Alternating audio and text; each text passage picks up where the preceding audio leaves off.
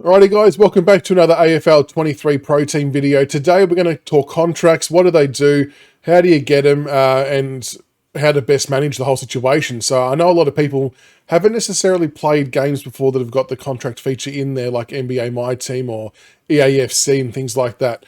But essentially, each player that you've got in your team, there's a contract number on the bottom of their card, and that's how many games left is on their contract. And anytime you play a game in any mode, except for if you do like a friendly against one of your mates, I don't think it counts there.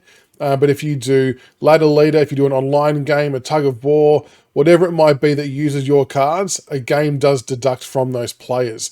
So the best thing to do is whenever you get packs pop up and there's contracts available, I always try and take at least one contract of some color type, maybe even two if it's a 4-pick pack. But just don't ignore taking them. You will need to take them, otherwise you can get caught out and you may not have any contracts left on your players. The other thing to consider as well, that say when you start doing ladder leaders, for example, and one of the first ones I've started doing is the AFL State of Origin, you'll notice that some of the difficulties are quite lower. So you'll see here that the overall teams that you're playing on this is 66 overall. So my current team with all the good cards in action is like an 81. So I don't need to use the best players to play this mode.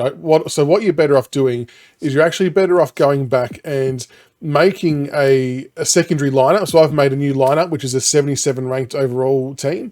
And I've put all of my bronzes, silvers. I needed to use a couple of golds in there as well. But essentially, I'm just not using my emeralds or my sapphires because I don't see the need to take contracts off them. I don't need an 81 overall team to take on a 67 overall team on easy as well. So make sure you factor that in. Have a look at the level of team you're playing against if it's an offline mode, and maybe consider starting a new lineup with your lower cards to use their contracts instead of burning through all your good players.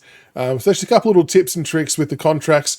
But yeah, make sure you stockpile all your players, don't get rid of them, and just play and manage wisely, and make sure you keep picking up contracts as you go, and hopefully that should get you through.